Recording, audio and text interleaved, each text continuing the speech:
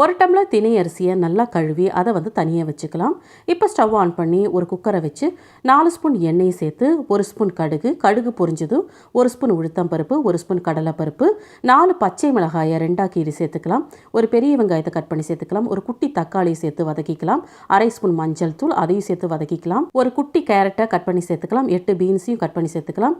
1/2 spoon கல்லுப்பு. இது எல்லாத்தையும் நல்லா வதக்கி 2 டம்ளர் தண்ணி சேர்த்து நல்லா கொதிக்க விடலாம். கொதிச்சதுக்கப்புறம் நம்ம கழுவி வச்ச அந்த தினை அரிசியும் சேர்த்து மீடியம் ஃப்ளேம்லயே 2 விசில் விட்டு எடுத்துக்கலாம். 2 விசிலையே இந்த தினை அரிசி நல்லாவே வெந்து வந்துடும்.